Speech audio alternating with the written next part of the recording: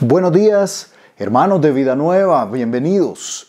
Bienvenidos a otra transmisión de Vida Nueva en casa, bienvenidos. Qué bueno poder estar acá estudiando la Biblia juntos. Qué bueno que tomaste el tiempo para conectarte esta mañana de domingo. Bienvenidos. Y lo que vamos a hacer, fíjate, es que vamos a abrir juntos la Biblia. Vamos a abrir juntos la Escritura y estamos estudiando. Si tú te estás conectando por primera vez o en las primeras ocasiones, déjame contarte que lo que hacemos es que estudiamos la Biblia capítulo por capítulo, verso por verso, un libro a la vez. Lo hacemos comúnmente y estamos estudiando el libro de Josué, este libro de la Escritura, y está siendo una bendición. Y hemos llegado al capítulo 15, así que te pido que abras por favor tu Biblia a Josué capítulo 15. Vamos a estudiar o vamos a tratar de contestar esta pregunta. ¿Qué vamos a heredar a la siguiente generación? ¿Qué vamos a heredar a la siguiente generación? Josué capítulo 15, vamos a estudiarlo completo. Así que búscalo por favor. Vamos a leer Josué capítulo 15, vamos a irlo leyendo por partes. ¿Qué vamos a heredar a la siguiente generación? Josué capítulo 15, léelo conmigo, dice allí la Escritura.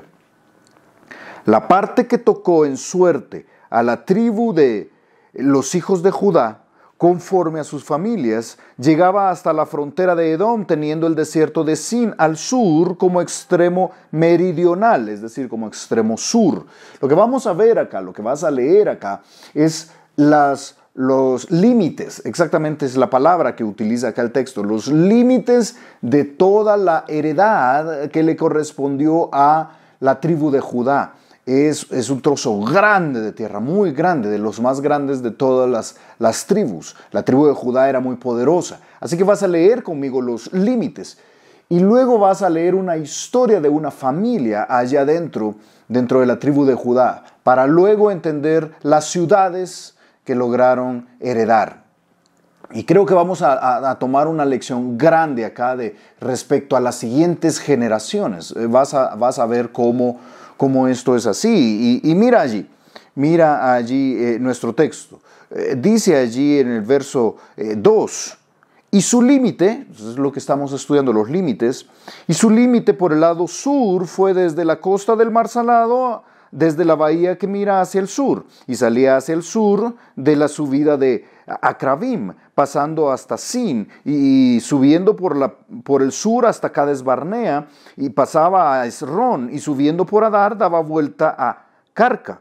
De allí pasaba a Asmón y salía al arroyo de Egipto y terminaba en el mar.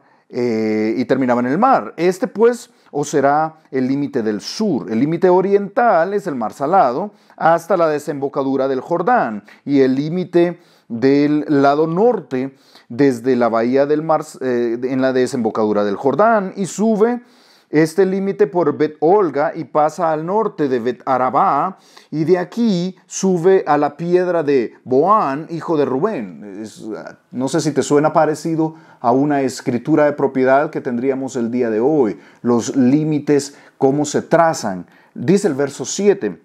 Luego sube a Debir desde el valle de Acor y al norte mira sobre Gilgal, que está enfrente de la subida de Adumim, que está al sur del arroyo, y pasa hasta las aguas de Ensemes y sale a la fuente de Rogel, y sube este límite por el valle del hijo de Imón al lado sur del Jebuseo, que está en Jerusalén. Luego sube por la cumbre del monte que está enfrente del valle de Inom hacia el occidente, el cual está al extremo del valle de Refaim por el lado norte, y rodea este límite desde la cumbre del monte hasta la fuente de las aguas de Neftoa, y sale de las ciudades del monte de Efrón, rodeando luego a Baala, que es Kiriat Jearim. Después gira este límite desde Baala hacia el occidente al monte Seir, y pasa al lado del monte de Jearim hacia el norte, el cual es Quesalón, y desciende de Bet-Semes y pasa a Timna. Sale luego al lado Ecrón hacia el norte y rodea Sicrón, y pasa por el monte de Baala y sale a Jabneel y termina en el mar, es decir, en el mar Mediterráneo. El límite del occidente es el mar grande, es decir, el mar Mediterráneo. Este fue el límite de los hijos de Judá por todo el contorno conforme a sus familias. Y entonces tú puedes preguntar, ajá, ¿y eso qué tiene que ver con mi vida? Bueno, déjame presentarte esta imagen para más o menos clarificar. Yo te estaba presentando esta imagen porque lo que estamos viendo, antes de mostrártela, lo que estamos viendo estos capítulos, a partir del capítulo 13, yo te he dicho que es la repartición de la tierra en heredad a las tribus de Israel. Lo que te estoy diciendo es que la palabra heredad es una palabra muy relevante y repartir la tierra es el asunto a partir del capítulo 13. Del capítulo 1 al capítulo 12 lo que habíamos visto es conquistar la tierra. Específicamente, capítulo 3 y 4 vimos cómo cruzaron el Jordán, 5 vimos cómo se prepararon para conquistar y luego el capítulo 6 comenzó la conquista a partir de Jericó, Ai, etc. Y vimos cómo todo el lado sur de la tierra fue conquistado y luego todo el lado norte. Conquista, conquista, conquista, pelea, batalla. Pero ahora es repartir la tierra en heredad. Ok, ¿y qué vamos a aprender de esto, hermano? Bueno, mira, te presento un mapa acá, te decía. Esta imagen te ayuda a ver. Tú ves en la parte sur, en la parte de abajo, al lado izquierdo del mapa, es decir, yendo hacia el mar Mediterráneo, que es muy evidente en el mapa allí en la izquierda. Ese es el lado occidental. Y ves toda la zona verde que ves abajo en el sur, en la parte de abajo, en el lado occidental, colindando con el mar Mediterráneo, el mar grande que leímos. Toda esa zona verde es la zona de la tribu de Judá. Y eso es lo que se acaba de describir en los límites. Ahora, en medio del recuento, fíjate, más adelante vamos a leer mencionadas cerca de 122 ciudades, alrededor de 120 ciudades allí mencionadas en nuestro texto. Y vamos a leerlas todas. Pero en medio de los límites y de las ciudades adentro que fueron conquistadas, se presenta, fíjate, dos grandes verdades, dos grandes realidades acá, que te propongo que nos permiten ver la heredad de nuestros hijos, la heredad de la siguiente generación. Te propongo que este texto, en estas historias, en medio de esta gran heredad de Judá, sígueme, en medio de esto grande que ha heredado Judá, fíjate, se ve dos realidades. Una, se ve la realidad de Caleb y cómo tiene una fe inspiradora. Y luego vamos a ver cómo los hijos de Judá, a pesar de haber heredado tanto, no heredan Jerusalén. Y entonces lo que heredan no es una fe inspiradora, es una fe que acobarda, es una fe inconstante. Quiero que lo veas. Lo primero que vamos a ver en medio de toda esta gran heredad es una familia. Es una familia, la familia de Caleb. Vimos la semana pasada a Caleb, ¿te acuerdas? Este hombre de 85 años que está dispuesto a seguir adelante. ¿Te acuerdas de esas dos palabras que aprendimos la semana pasada? Perseverantes, incansables. Esto es Caleb, es perseverante, incansable.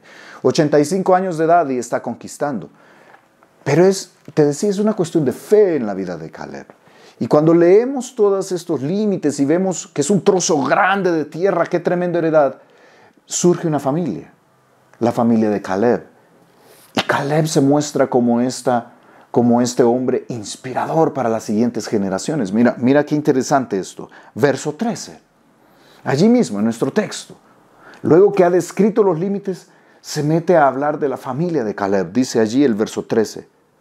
Mas a Caleb, hijo de Jefone, dio su parte entre los hijos de Judá, conforme al mandamiento de Jehová a Josué, la ciudad de Kiriat Arba, padre de Anac, que es Hebrón. Dios le había dicho, te voy a dar Hebrón, así que Josué le da Hebrón a Caleb. ¿Por qué lo menciona en este momento? Porque Caleb pertenece a la tribu de Judá. Así que Caleb tiene allí su heredad. Y mira el verso 14. Y Caleb echó de allí a los 3 hijos de Anac, a Sesai, a Imán y Talmai, hijos de Anac. Es decir, eran gigantes que dominaban ahí, que eran hombres robustos y altos, muy grandes, que dominaban la tierra de su padre. Kiriat Arba significa la ciudad de Arba. Y mira qué interesante, verso 15. De aquí subió recuerda que esto es Hebrón, ahí la conquistó. De aquí subió contra los que moraban en Debir. Y el nombre de Debir era antes Kiriat Sefer, es decir, la ciudad de Sefer, otro grande allí entre ellos. Y mira el verso 16. Mira el verso 16 ahí del capítulo 15. Y dijo Caleb, al que atacare a Kiriat Sefer y la tomare, yo le daré a mi hija Axa por mujer. Y la tomó Otoniel, hijo de Cenaz, hermano de Caleb. Es decir, Otoniel era sobrino de Caleb. Y él le dio a su hija Axa por mujer. Y aconteció que cuando la llevaba a él, la persuadió que pidiese a su padre, es decir, Otoniel le dijo a Axa, pídele a tu padre tierras para labrar. Ella entonces se bajó del asno y Caleb le dijo, ¿qué tienes? Y ella respondió, concédeme un don. Puesto que me has dado tierra del Negev, dame también fuentes de aguas. Él entonces le dio las fuentes de arriba y las fuentes de abajo. ¿Qué aprendemos de esta historia que está incrustada en medio de entender cuál era la heredad de Judá? Bueno, mira, el principio grande que aprendemos, te lo pongo acá, mi hermano, y esto es lo que vamos a aprender en Josué capítulo 15. Y es que la manera en que vivamos nuestra fe afecta directamente a la siguiente generación. Estamos a una generación de perder el evangelio, a una generación de suavizar el compromiso por la causa. Mi hermano, Caleb es un ejemplo de qué deberíamos de heredar a la siguiente generación. Es impresionante este anciano de 85 años. Lo que hereda, fíjate, yo te lo pongo acá. ¿Qué heredaremos a la siguiente generación? Lo que él hereda es una fe constante, una fe que inspira a otros. Una fe constante, que constantemente ha estado caminando con el Señor sin titubear. Qué tremendo, mira. Viene Caleb, este anciano de 85 años, y lo que hace, dice, voy a conquistar Hebrón, y mata a los gigantes, 3 gigantes. Si tú creías que David había matado a Goliat, era algo nuevo, no, había sucedido años antes. Y ahora viene Caleb y mata a estos 3 gigantes, conquista Hebrón, y entonces dice, ¿quién se atreve a hacer lo mismo que yo he hecho? Nada que yo no haya hecho. ¿Quién se atreve a hacer lo mismo que yo he hecho en Debir? ¿Sí? ¿Quién se atreve a conquistar esta ciudad? ¿Quién se atreve a tomarla? El que la tome es digno de casarse con mi hija, porque a mi hija solo le voy a dar lo mejor. Es una forma de decir, hija, yo quiero que tú te cases con alguien como yo. Eso es lo que le está diciendo. Con alguien que tenga el arrojo, la valentía, la fe de poder hacer lo que yo hago. Hija, yo quiero que te vaya bien, así que quiero que te cases con alguien como yo. Así que, ¿quién va a conquistar Debir? ¿Quién va a ir y conquistar esta ciudad? Entonces se puede casar con mi hija. Y lo hace Otoniel, fíjate, qué tremendo. Viene Otoniel y conquista Debir. Y entonces, fíjate, y no solo esto, Otoniel tiene la fe para guiar ahora a su esposa. Se casa con Axa, te puedes imaginar. Se casa con Axa y le dice, ¿sabes qué? Nosotros somos una pareja. Son una pareja joven. Es sobrino de Caleb. Dice que es hijo de Cenaz, su hermano. Así que ahí tienes a Otoniel, que es la siguiente generación. Y sígueme, porque creo que aquí hay una verdad grande. Caleb logró desafiar a la siguiente generación de su familia. A su hija y a su sobrino. Se casan estos dos y la siguiente generación, dice Otoniel, Axa, yo me los imagino platicando y diciendo, mira mi amor, nosotros vamos a ser una pareja fructífera. Vamos a vivir para dar mucho fruto, para gloria de Dios. vamos a hacer las cosas bien, vamos a seguir caminando con el Señor. Tú sabes que Dios nos ha llamado a dar mucho fruto, fruto del Espíritu Santo, una vida fructífera. ¿Qué cuadro el de Otoniel? Y viene y le dice, mi amor, necesitamos tierras para labrar. Es decir, necesitamos terrenos fructíferos. Pídele lo necesario a tu papá para tener la posibilidad de dar mucho fruto. Y Axa está en la misma sintonía. Se baja Axa del asno, dice, llega donde su papá y me da risa como Caleb le dice, ¿qué tienes? ¿Qué quiere mi niñita? Pareciera que es la consentida y ella le dice, dame fuentes de agua. Tengo tierras del Negev, ahora dame fuentes de agua. Necesito ser fructífera con mi esposo. Qué tremendo. Si lees lees el siguiente libro, Jueces, capítulo 3, tú vas a ver cómo Otoniel se volvió un juez de Israel. Y dice que el Espíritu Santo posaba sobre él, estaba sobre él, le usaba, derrotó a los sirios. Y dice allí la Biblia en Jueces, capítulo 3, que la tierra descansó 40 años siendo Otoniel el juez. ¿Qué cuadro mira? Caleb, este anciano, desafiando la vida de Otoniel, este joven que se casa con una chica y quieren ser fructíferos y que atraviesan las pruebas de la vida. 40 años siendo un cuadro de la prueba de la vida, siendo juez y guiando a otros a una vida que vale la pena.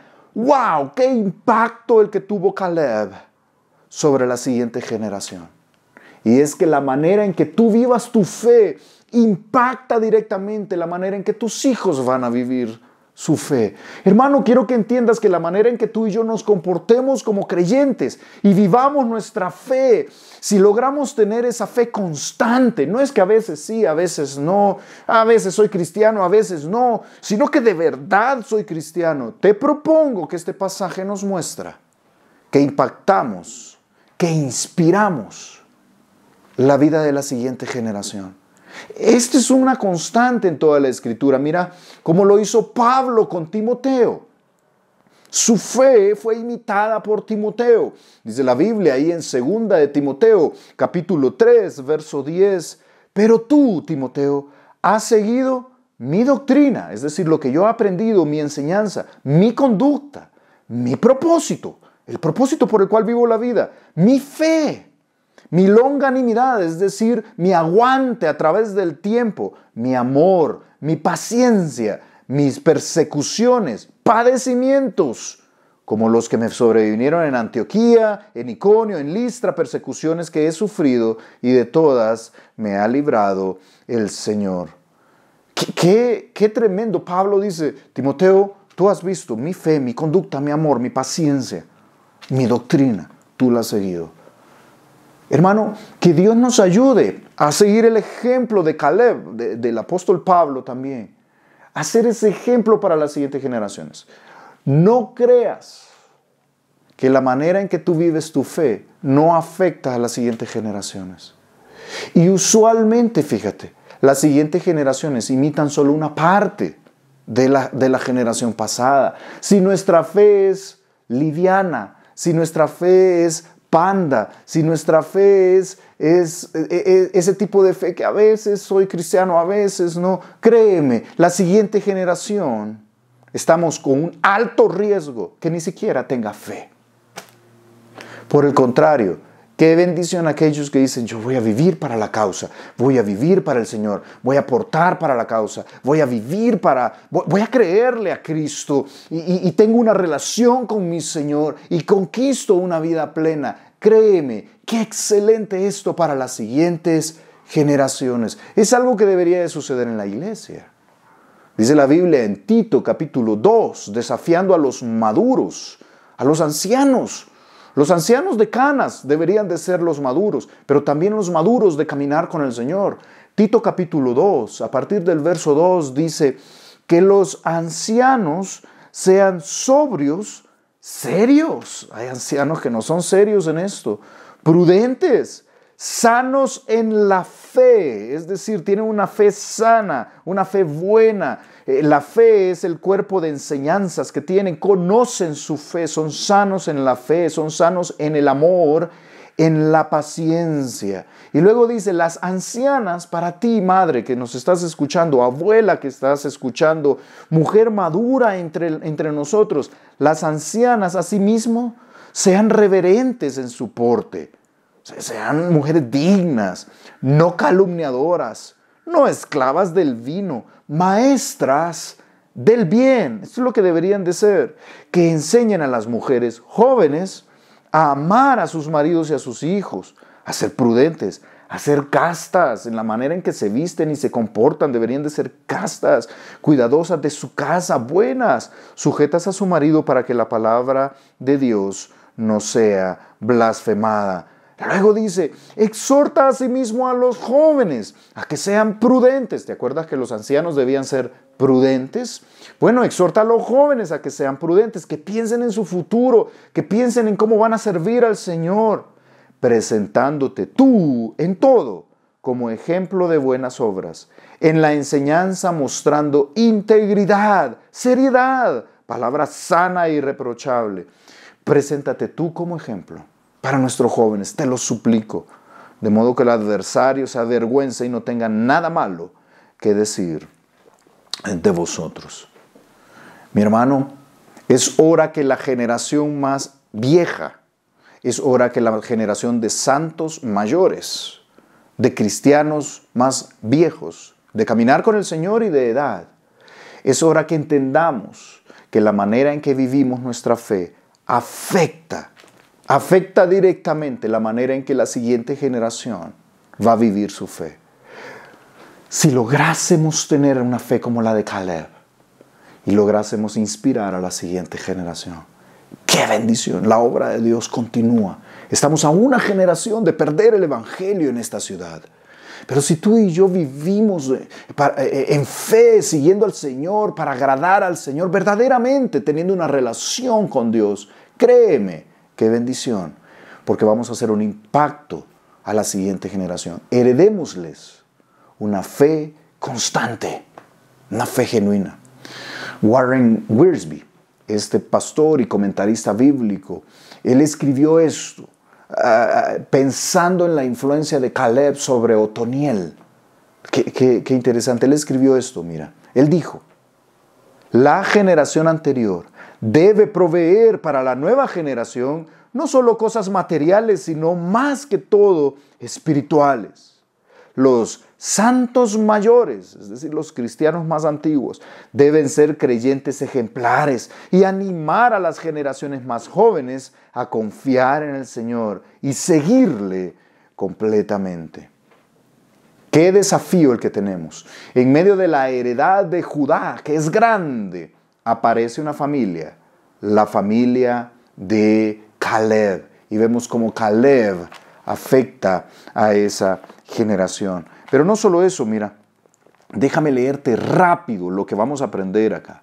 Luego que vemos la familia de Caleb y cómo Otoniel fue desafiado por la fe de Caleb, vamos a leer una lista de 122 ciudades más o menos, fíjate, mencionadas en el texto.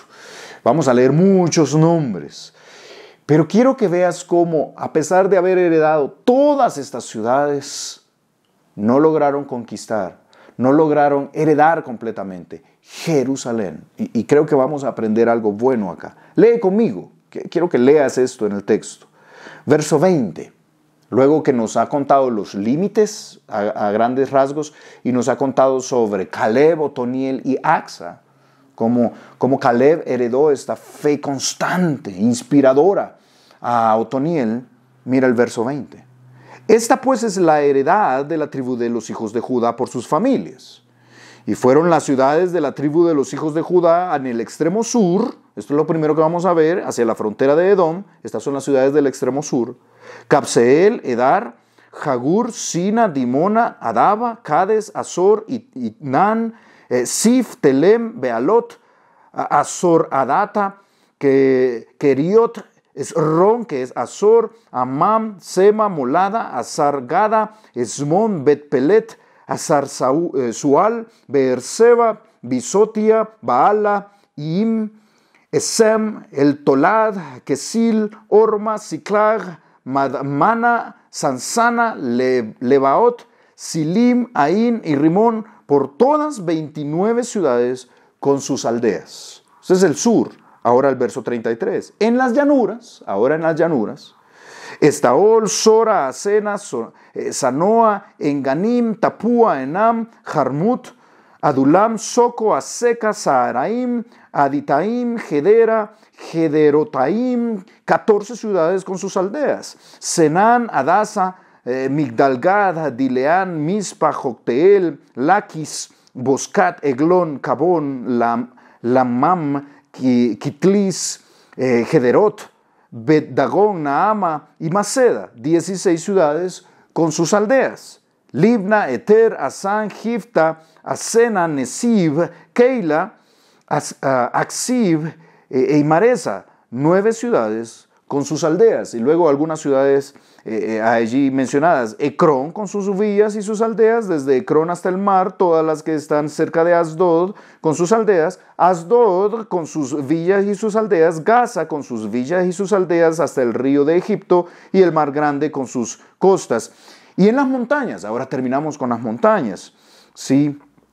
Samir, Jatir, Soco, Dana, Kiriatzana, que es Debir, Anab, Estemoa, Anim, Gosén, Olón y Gilo, 11 ciudades con sus aldeas. Arab, Duma, Esam, Hanub, Bet-Tapúa, Afeca, Umta, Kiriat Arba, la cual es Hebrón, y Sior, son 9 ciudades con sus aldeas. Maón, Carmel, Sif, Juta, Jezreel, Jotdeam, Sanoa, Caín, Gabaa y Timna, 10 ciudades con sus aldeas.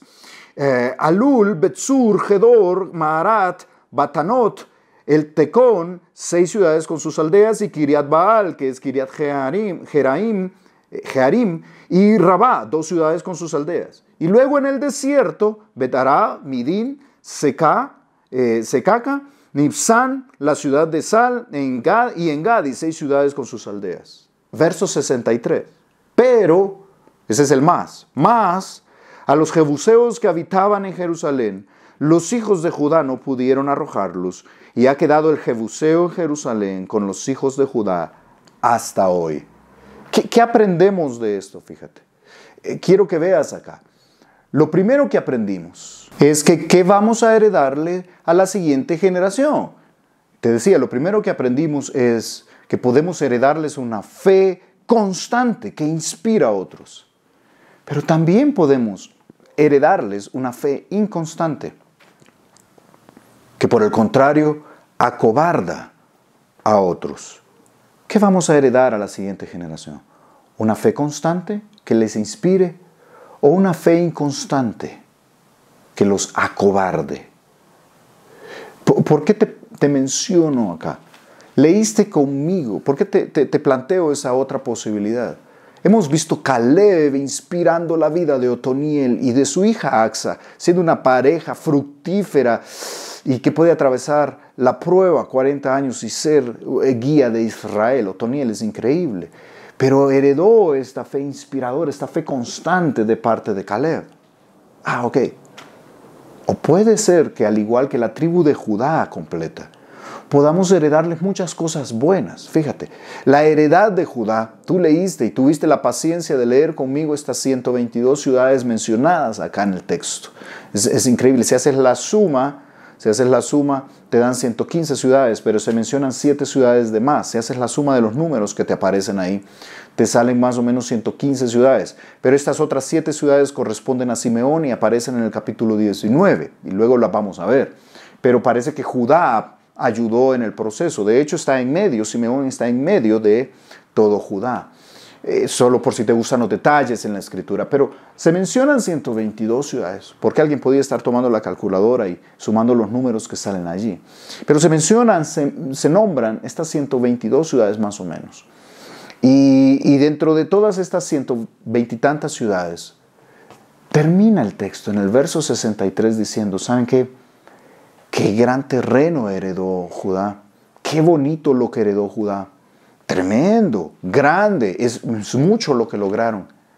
Pero no lograron tener Jerusalén. Fíjate qué interesante. Los jebuseos que vivían en Jerusalén, que Jerusalén, tú sabes, también es llamada Salem, sí, de donde era rey Melquisedec, rey de Salem, allá en Génesis capítulo 14. También de donde en los Salmos es mencionada como Salem, Jerusalén, la tierra, esta ciudad preciosa para Dios. No lograron heredarla. Salem, fíjate, Jerusalén, Salem, tiene como raíz la palabra Shalom, Salem, es paz. ¿Qué aprendemos de esto? Qué bueno todo lo que heredaron, pero no lograron heredarles paz. Dejaron una generación conflictuada. Dejaron una generación sin resolver sus asuntos. La siguiente generación en Judá, fíjate, podemos aprender de ellos en Jueces y vemos que vivieron una serie de conflictos de allí en adelante. De hecho, no lograron tener Sión o Jerusalén o Salem, como tú quieras llamarlo, o Jebús, también se le conoce a esta ciudad. No lograron tener esta ciudad sino hasta muchos años después. Heredaron Shalom, heredaron la ciudad de David. Por supuesto, te estoy diciendo que David, el rey, la conquistó años después. Tú puedes verlo ahí en 2 de Samuel capítulo 5, verso 6 en adelante. Siglos después, David logró heredar, él logró conquistar esta tierra. Porque lo que tuvo Judá es una fe que le alcanzó para muchas cosas, para muchas ciudades. Pero fue una fe inconstante, que a veces sí, a veces no, a veces sí, a veces no. Y lo que heredó a la siguiente generación es un problema. Es esa misma fe inconstante. Es un montón de conflictos no resueltos. Es que yo te propongo que modelemos una fe imitable para nuestros hijos. Este es el desafío. Oremos por ellos, por su corazón, por sus decisiones, por su fe. Que podamos heredarles una fe valiente. No creamos, hermanos, esto es lo que te propongo. No creamos que nuestra forma de vivir la fe no les afecta. Viene Judá y logra heredarles una gran tierra, un montón de ciudades. Pero su fe fue inconstante. Y la manera en que vivieron su fe afectó a la siguiente generación. Y esa es, creo yo, te propongo la lección grande. Dice aquí la Escritura en el verso 63, el último verso del capítulo 15. Mas a los jebuseos que habitaban en Jerusalén, los hijos de Judá no pudieron arrojarlo. Entonces la pregunta es, ¿no pudieron o no quisieron? ¿Realmente no tuvieron las fuerzas? Y fíjate, Dios les había dicho, pasajes atrás ahí, en Josué capítulo 13, un par de capítulos atrás, yo los voy a derrotar a todos, yo los voy a echar a todos, si ustedes confían en mí. Y vemos en Jueces, el siguiente libro, en Jueces, en el capítulo 1, en el verso 8, vemos que podían hacerlo, que lograron matar a muchos jebuseos de ahí de Jerusalén. Pero en el versículo 21 dice que no la lograron conquistar del todo. O sea, sí podían. No tuvieron la fe para hacerlo. Y creo que esta es la lección grande que aprendemos, mi hermano. Créeme, nuestros hijos imitan nuestra fe. Y en la medida en que tú y yo no vivamos en una fe constante, que tengamos esta fe inconstante, algunas ciudades sí, otras no. Eso es lo que hicieron los de Judá. A veces sí, a veces no. A veces soy cristiano, a veces me comporto como no cristiano. A veces me congrego, a veces no me importa congregarme. A veces estoy bien con el Señor y a veces no estoy bien con el Señor. Y ojo, fíjate, no te estoy desafiando a una vida de perfección en la cual no falles, pero sí una intencionalidad, que entiendas que en la medida en que seamos constantes en nuestro caminar con el Señor, en esa medida heredaremos shalom, heredaremos la paz, heredaremos una vida menos conflictuada, heredaremos una vida fructífera como la de Otoniel y Axa a nuestros hijos. Pero lo contrario también es real. Nuestros hijos imitan nuestra fe. Y en la medida en que seamos inconstantes en nuestros caminos, en que a veces sí, a veces no, a veces sí, a veces no, en esa medida lo que heredamos a ellos es una vida de conflictos. Les heredamos una fe inconstante. Qué lamentable. Y estamos a una generación de perder el avance del Evangelio y de ver una vida conflictuada en nuestros hijos. Qué lamentable. Es que nuestros hijos imitan nuestra fe. Esto es así. El Hijo imita al Padre. Fue el mismo Hijo de Dios, nuestro Señor Jesucristo, el que lo dijo de esa manera. El Hijo imita al Padre.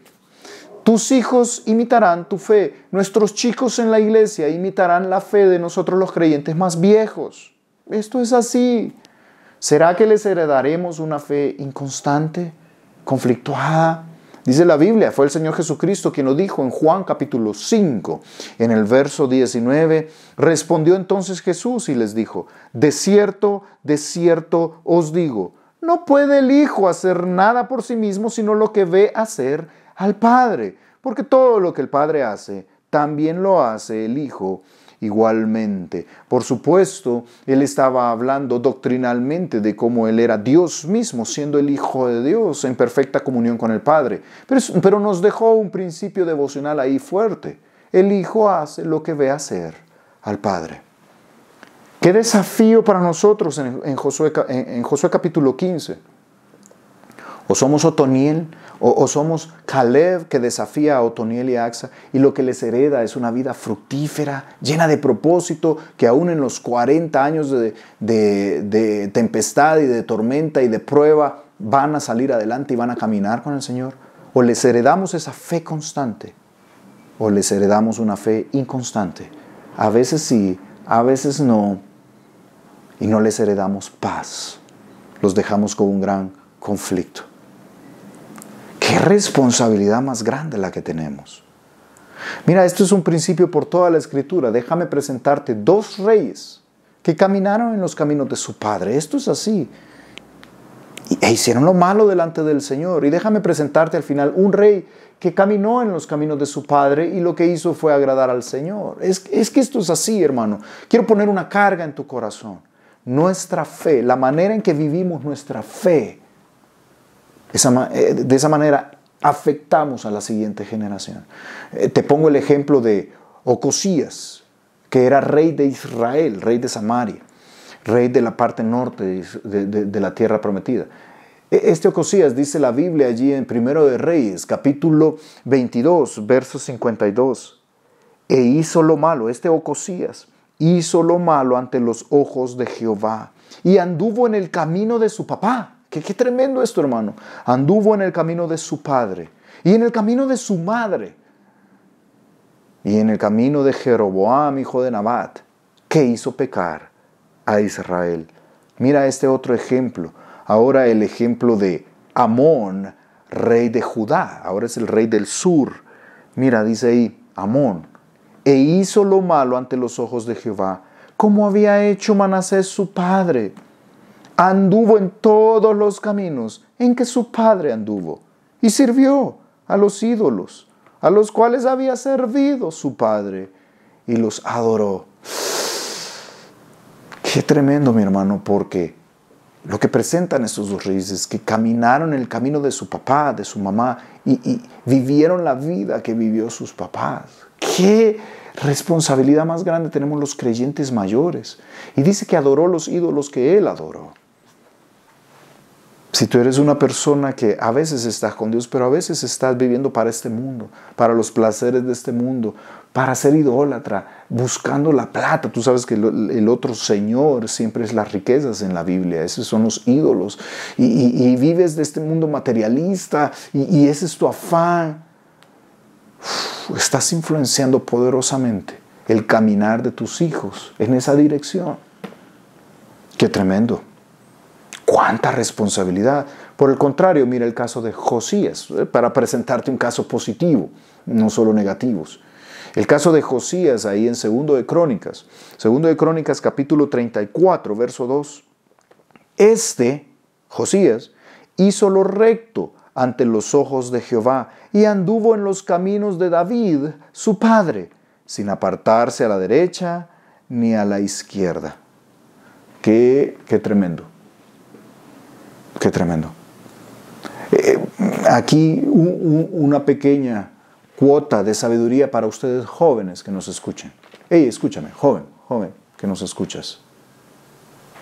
Otoniel deseó imitar la fe de Caleb. Creo que esto es una cuestión de 2 partes. Te propongo que es una cuestión de dos partes. Otoniel y Axa, estos jóvenes, esta pareja joven, decidieron imitar la fe de Caleb, este hombre mayor. Te propongo que Josías tomó la decisión intencional de imitar la fe de David, su ancestro, su padre. Es que es una cuestión de dos vías. He estado desafiando a la generación más vieja, a nosotros, la generación más antigua, a presentarnos como ejemplo de creyentes, con una fe que puedan ustedes ser inspirados por esa fe constante. ¿De acuerdo? Pero necesitamos Otonieles, necesitamos Josías, necesitamos jóvenes, parejas jóvenes, que tomen la decisión de decir, hey, yo voy a imitar la fe de estos. Yo voy a vivir como ellos. Es una cuestión de dos vías. Mira qué ejemplo el que nos presenta, qué cuadro más claro el que nos presenta aquí. Josué capítulo 15. O somos Caleb y presentamos una fe constante para los otonieles, para la siguiente generación. O somos como los hombres de la tribu de Judá, que tenemos una fe inconstante. A veces sí, a veces no. Y heredamos conflictos a la siguiente generación. Qué responsabilidad más grande, ¿sabes? Hay un meme de unos perritos. Hay un meme, tú lo has visto, un perro grande y fuerte y un perro todo débil, sí. Y siempre hablan de las generaciones como estos. Y yo te propongo que un meme de cristianismo podría ser este, ¿sí? Tienes ahí a este perro grande Dodge, ¿verdad? Así es como se llama este perro grande. Y dice, los cristianos de antes orábamos, ayunábamos, evangelizábamos y estábamos siempre sirviendo en la iglesia. Y luego tienes ahí a Chimps, el perro pequeñito, ¿sí? Ay, qué pereza, tengo que ir a la iglesia el domingo. Sí, ¿será que así son las generaciones de cristianos? ¿Será que así estamos viviendo? Pero, ¿sabes? Un meme pretende ser un chiste, pero esto no es chistoso. Si lo que refleja este meme es real, no es gracioso. No necesitamos generaciones anteriores de cristianos fuertes que orábamos y ayunábamos, y generaciones perezosas que no quieren ni siquiera leer la Biblia o congregarse. Necesitamos heredar a la siguiente generación una fe constante que les inspire. Por eso, mi hermano, entendamos que la manera en que vivamos nuestra fe afecta directamente a la siguiente generación. Estamos a una generación de perder el evangelio, a una generación de suavizar el compromiso por la causa. ¿Qué le vamos a heredar a la siguiente generación? ¿Una fe constante que les inspire o una fe inconstante que los acobarde? ¡Qué desafío! Vamos a orar. Señor, gracias por tu palabra. Qué tremendo esto, Señor, que nos has enseñado. Yo te suplico que nos permitas vivir una fe constante, una fe inspiradora, y que la siguiente generación de creyentes, mi Señor, pueda imitar esta fe. Ayúdanos a nosotros a presentarnos como ejemplo, Señor, y a heredar para ellos una vida fructífera, una vida llena de ti, Señor, una vida de conquista. Para eso ayúdanos a nosotros, Señor. Ayúdanos a tener esta fe constante que necesitamos. Señor, qué tremendo, Dios. Estamos a una generación de perder el evangelio, de perder el avance del evangelio. No lo permitas entre nosotros, Señor. Gracias, Dios, por tu palabra, por el ejemplo que nos das acá de Caleb y el mal ejemplo que nos das de los hombres de Judá. Te agradezco, Señor, porque un principio tan tremendo y poderoso está en las Escrituras, en algo escrito hace tantísimos años, Señor, hace miles de años. Gracias, Dios. Señor, gracias por tu palabra que nos guía y nos desafía. Ayúdanos a vivirlo. Te lo decimos en el nombre de Jesús. Amén. Creo que nos vamos con un desafío tremendo para esta semana. Así que te dejo allí con este desafío. Heredemos a las siguientes generaciones una fe constante, una fe inspiradora. Hermanos, que Dios les bendiga.